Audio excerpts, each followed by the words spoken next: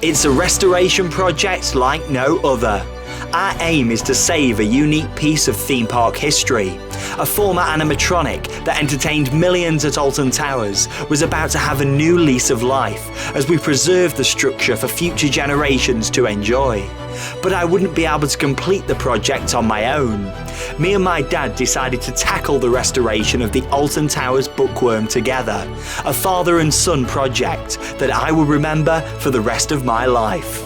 After many days of hard work, we finally started to see how the structure of the body was going to look. But as you're about to find out, the hard work was really just about to begin. After spending hours upon hours of building various different layers to create a new body, it was finally time to move on to the next stage. The body filler that we had previously applied on top of the fiberglass had to be rubbed down. To start the sanding process, we used a coarse 40 grit production paper and block. This is the first step of the rubbing down, and Sean started on the back and the side sections of the bookworm's body first.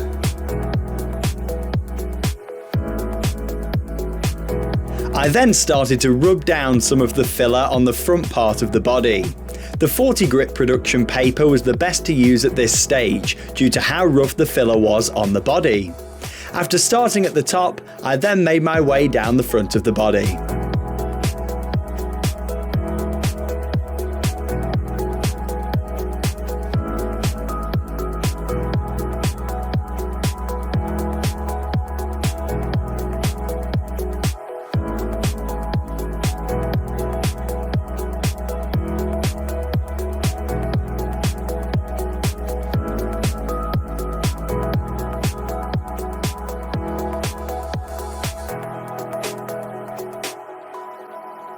After Sean had got the rough shape for the front sections, I added another layer of filler on top of the sanded section so we could achieve the shape we wanted. At this stage, I started to build a layer of filler that would form the edge of the coat.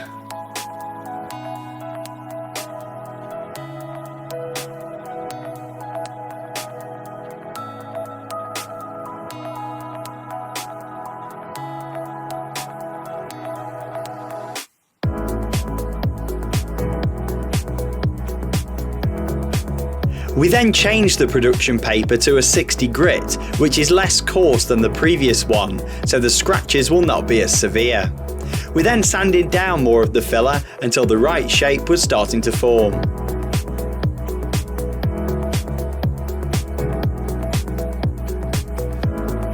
The two access panels, which had previously been made by fiberglass, were then given a coat of filler.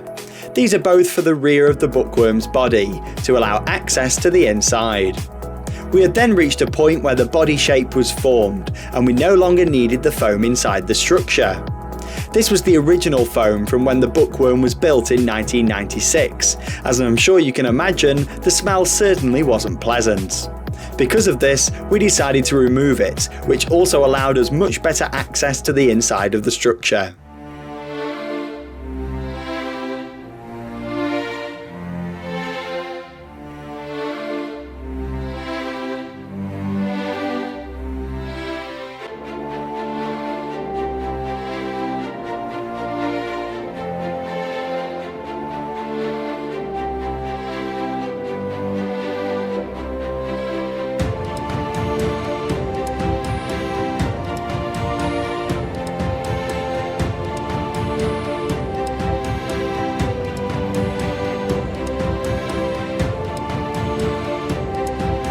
After a short break, it was time to continue to rub down more of the filler.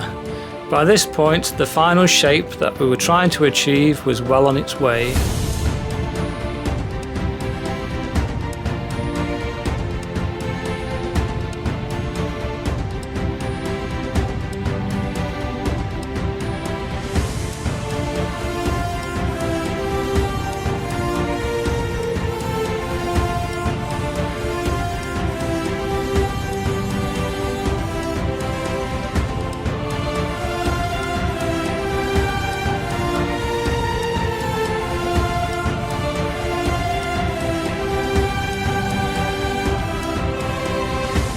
We then mixed more body filler for the final additions to the main part of the body. At this point, we were both amazed at how well it was looking, especially as there wasn't any solid body there originally. By using fiberglass and body filler, we had managed to create the perfect shape that we wanted, and finally, after all these years, we could start to see the bookworm starting to come back to life.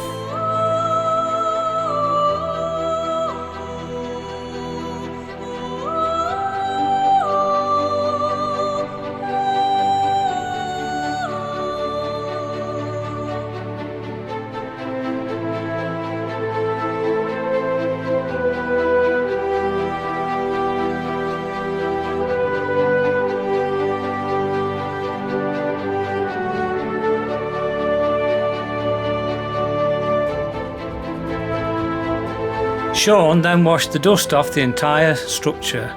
We later used a 400 grit wet and dry paper just to give the body a finer finish.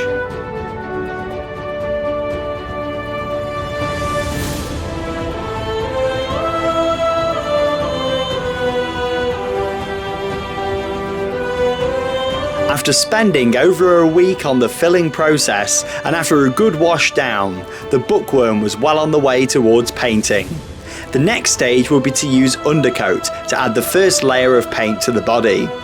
While we were waiting for the structure to fully dry, we continued work on other parts of the project.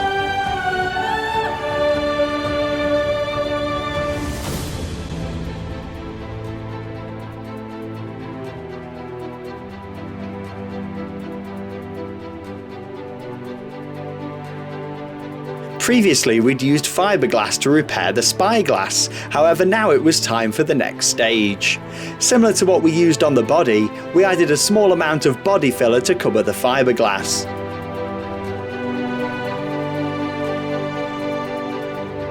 After previously applying filler to the book, Sean then started the rubbing down process.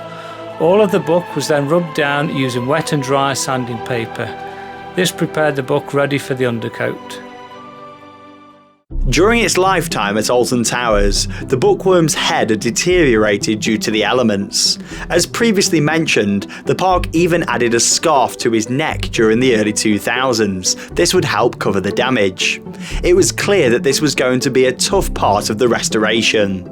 We had to remove the hat from the top of the head to gain access to the inside. Once inside, we could remove the faded lenses that covered the bookworm's eyes. We also removed the glasses from his face before also taking out the faded lenses. Originally, we tried to glue the torn rubber back together, however unfortunately this didn't work as planned. We then decided to take a different approach and removed some of the rubber that definitely couldn't be saved. As much as it may have been easier, we didn't want to replace the original rubber that surrounded the framework of the head. We wanted to keep as much originality as possible.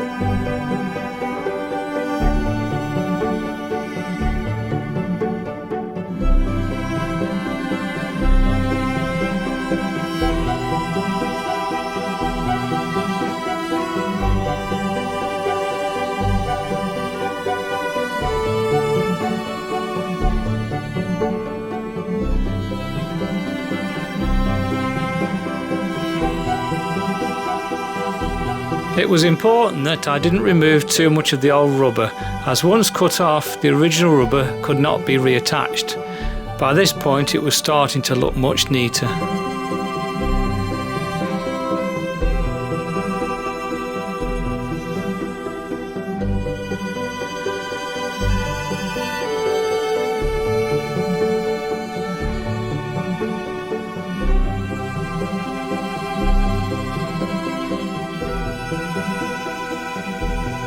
Our second plan was to try and attach the remaining rubber around the mouth back together.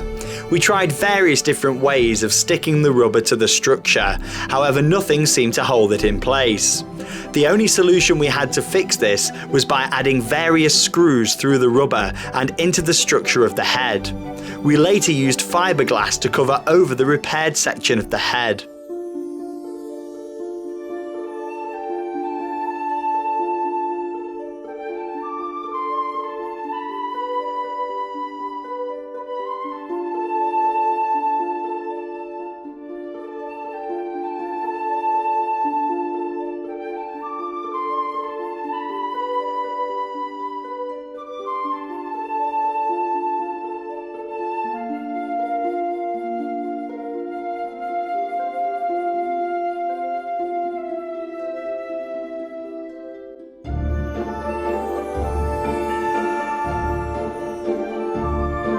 After hours of careful work, the head was looking much better than it was previously.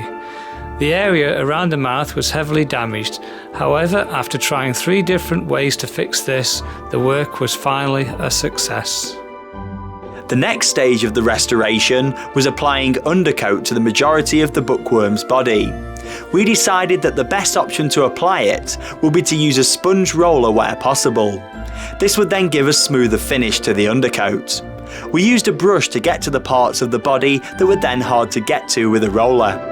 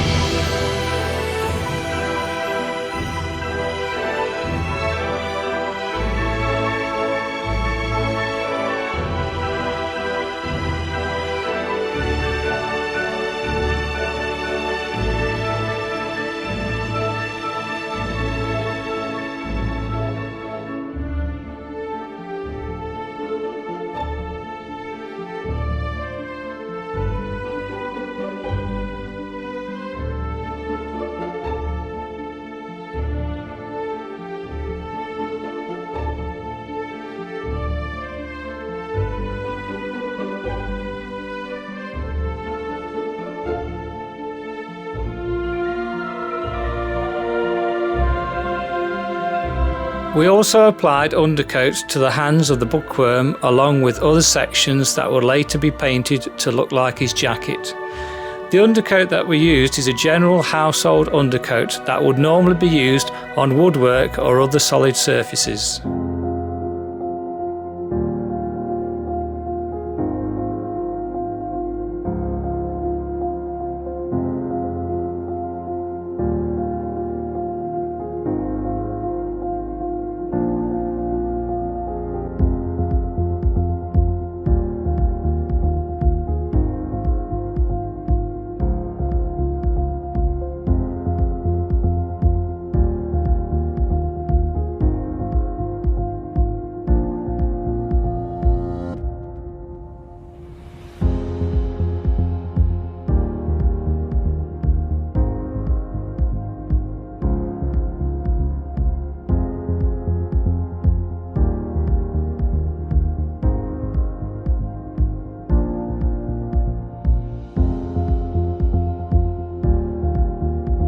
Because the jacket is a darker colour than the body, we decided to use a darker undercoat, as this would make it easier to cover with the final coat of paint.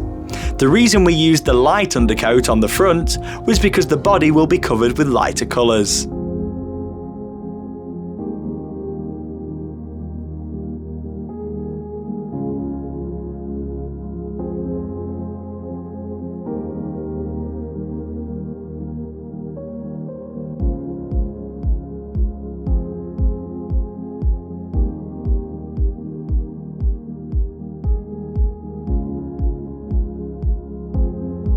The shoulders of the bookworm were not covered in undercoat at this stage as they needed a special type of flexible paint. This was due to the top part of the arms being made from rubber. At this stage, all of the undercoat on the main part of the body was complete. After 3 weeks of tough work, it was clear that the hardest part of this project was behind us, and we could look forward to moving on to the final stages of the restoration. Coming up in episode 4 of Restoring the Alton Towers Bookworm, we repair some huge glasses, the painting process begins, and we make the final touches to this huge restoration project. Tell him I sent you and he'll give you your very own tractor to ride on. It oodles of scrum cuddles of little animals, and it doesn't mind a bit if you want to join in. Well, off you go. You know, Peter, with all his friends, such a naughty little rabbit sometimes. But what a dancer, what a skater, so talented.